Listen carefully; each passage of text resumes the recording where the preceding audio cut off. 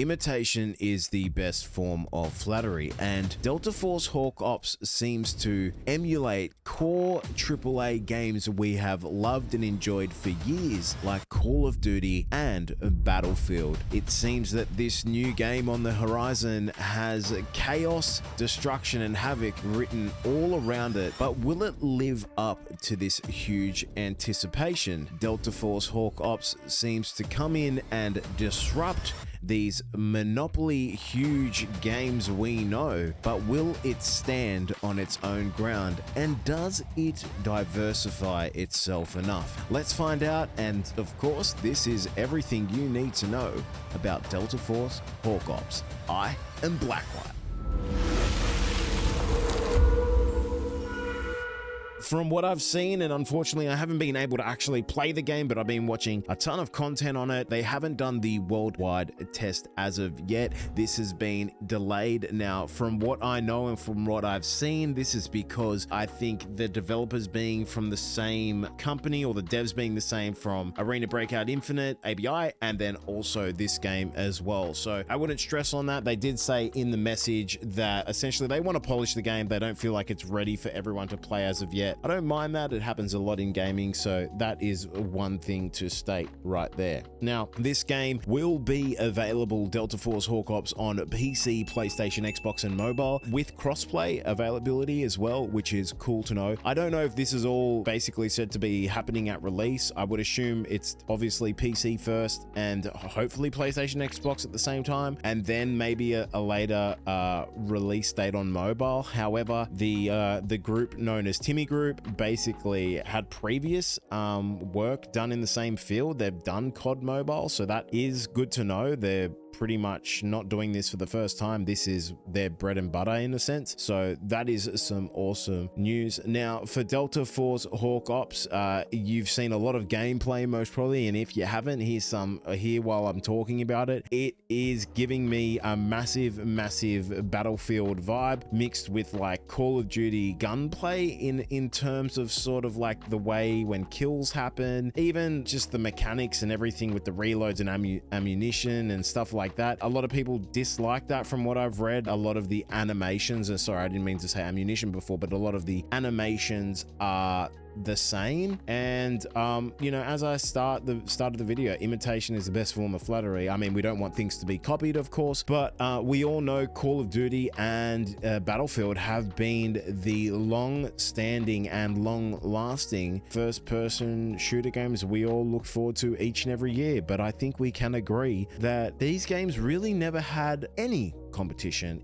if minimal competition, until now. And I think this is the perfect timing for a game like this to really come out and put itself on the radar against these huge games we've known to love and adore. And I think Delta Force Hawk Ops, really where it shines is giving us the different availability. Like, it's like we get 3 different game modes. We get Havoc Warfare, Hazard Operations, and Black Hawk Down. This is awesome. Now, Black Hawk Down is your campaign. Hazard Operations is your extraction mode, so you're like your DMZ and your Escape from Tarkov style mode. And then you have your Battlefield style mode, which is called Havoc Warfare. So this is your large scale, large land combat, you know, helicopters, ships, jets, hopefully. I haven't seen jets as of yet, I don't think, but definitely helicopters, you know, ATVs, all that stuff. Everything you find in Battlefield, you're gonna find in Havoc Warfare. Now, for me personally, I'm gonna be hugely on Hazard Operations because I love extraction looter shooters, you know,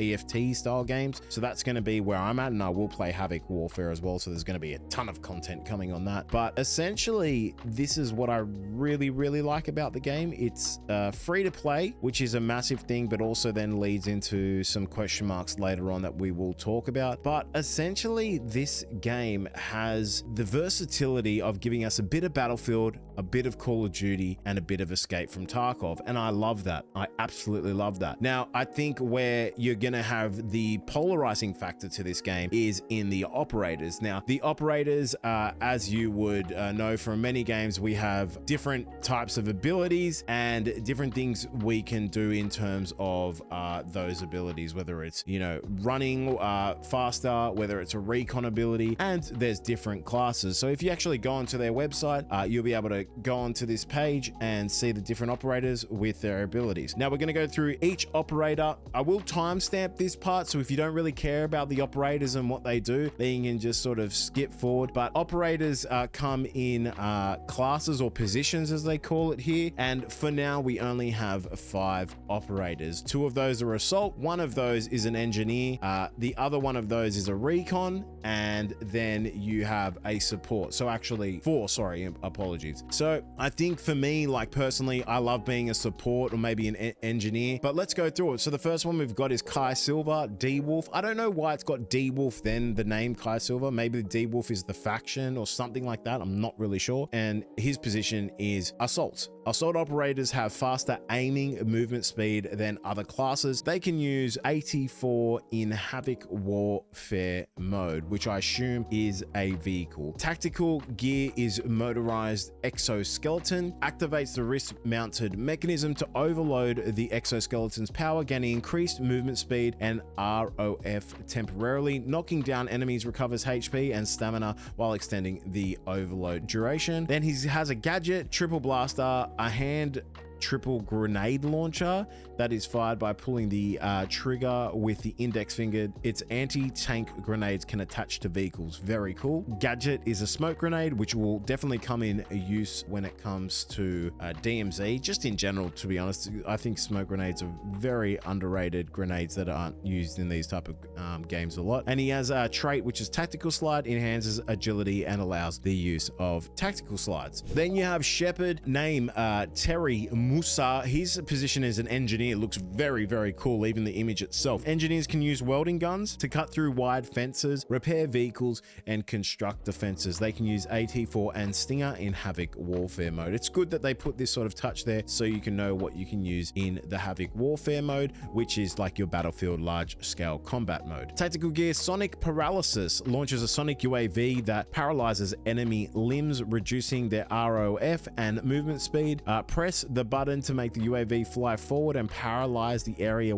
head once. Hold the button to have the UAV defend the current area and hit enemies with Sonic Paralysis 4 times. And then the UAV will resonate with and destroy any active enemy Sonic devices, disabling enemy sonar surveillance within the area. A lot to take in there, but very cool. His gadget is Sonic Trap, deploys a Sonic Trap that adheres to hard surfaces. When triggered, it generates a subsonic wave that penetrates the enemy's vests and slow them down. That's going to be cool to know what that means, like penetrates the enemy vest, because does that then counter someone with a higher armor value rating, which is actually a thing. He has a frag grenade as a gadget, and then buffer defense, uses a hand device to generate an anti-phase sound waves to reduce damage from explosion shock, and that is his trait. Then we go to Luna, most probably one of my favorite operators so far. I think she's going to be used a huge amount in DMZ, especially when you're in a 3-man squad. And she basically named Luna Kim, position is recon. Recon operators have access to the radio to recon the map. They can use respawn beacons in Havoc Warfare mode. That sounds pretty cool. Tactical gears, a recon arrow fires a recon arrow with the bow. While flying, its arrowhead consumes power to probe the surroundings and mark exposed enemies. If you've played Overwatch, just think of a sonic arrow from Hanzo, where he can reveal people through walls and when they're hiding. It's going to be very good to know. I think if you're in a Discord or a voice chat with a group and you can ping out people and they can sort of throw nades and do stuff like that, it's going to be very cool. And then she fires a volt arrow with the bow. Its arrowhead generates electric currents to deal damage over time. Another gadget is a frag grenade, and then her trait is Hunter's Mark. Luna's damage marks enemies hit for a short duration. I think she's entirely just going to be played for that tactical arrow, the recon arrow. And then we have Stinger, name Roy Shmee, position support. I think this is also most really a must-have in 3-mans. This will be the meta. Support operators rescue allies faster than other classes. They can use ammo crates in Havoc Warfare mode. So the tactical gear is a therapeutic pistol. This is huge. Takes up a therapeutic pistol with a lock track module. While locking on the targets, it can heal multiple allied operators at the same time While healing, debuffs are also suppressed. Hold the button to heal yourself. Gadget is a smoke screen, launches a gesture controlled UAV that emits a smoke screen while flying forward. Hold and turn the button to change the direction of the smoke screen while the UAV is in flight. Gadget is a hive tech smoke grenade, a multi-purpose smoke grenade. Shoot it with the therapeutic pistol to disperse the beehive of medical nanobots in their hormone, coloring it into healing smoke. Visibility will be increased after coloring. And then trait is quick rescue, injects a beehive of medical nanobots from the therapeutic crystal into a downed squad mate to recover more HP. I think Stinger or Roy is going to be the meta operator. If you don't have this, I think you're just at a disadvantage whenever you get into PvP fights. Viron or Vron is your last one. Wang Yuho, he's also an assault operator. Tactical gear, air shell launcher, fires a compressed air shell with thumper to knock down all enemies within its area of effect. Gadget dynamic propulsion activates the portable dynamic auxiliary device to advance into the designated direction. Knocking down an enemy reduces its cooldown. He has an E-bomb as a gadget, throws an E-bomb that can attach to walls and vehicles until it explodes. And then trait, when falling from a height, the dynamic auxiliary system kicks into overdrive, minimizing fall damage while boosting your speed. The use of gear and gadgets also increases your speed. In my opinion, he sounds like most boring one for me personally. But yeah, that is the operators for Delta Force Hawk Ops at the moment. Of course, you can see they've got one here that says coming soon, so hopefully that's one more operator on the way. And then you've got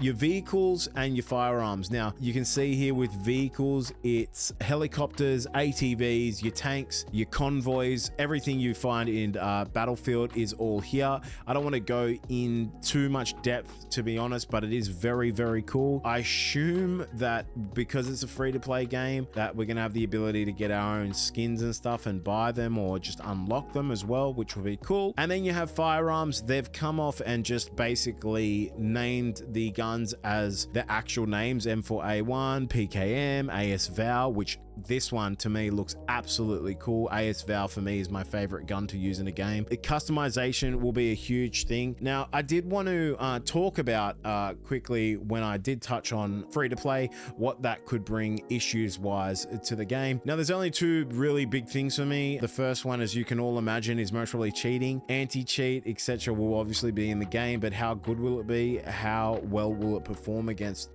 people that can just access the game for free and then cheat and do what they want? I think we'll have to wait and see, but that is obviously the biggest concern for me. And then obviously with the free-to-play game, you're not getting money for people playing it. So what is going to happen when it comes to monetization? What is going to happen when they do need the moolah, the dollars? What are they going to do to interject things into the game for us to be still happy about and not have pay to win or pay to level up, etc. like that? I hope it's just cosmetic things. I think us as gamers, we always just are happy to say, hey, we're happy to support you guys by paying to look cooler, look better, but we don't want to pay to be better than someone else, because then it becomes unfair. So we'll see what happens there. Recently, there was a Europe playtest only.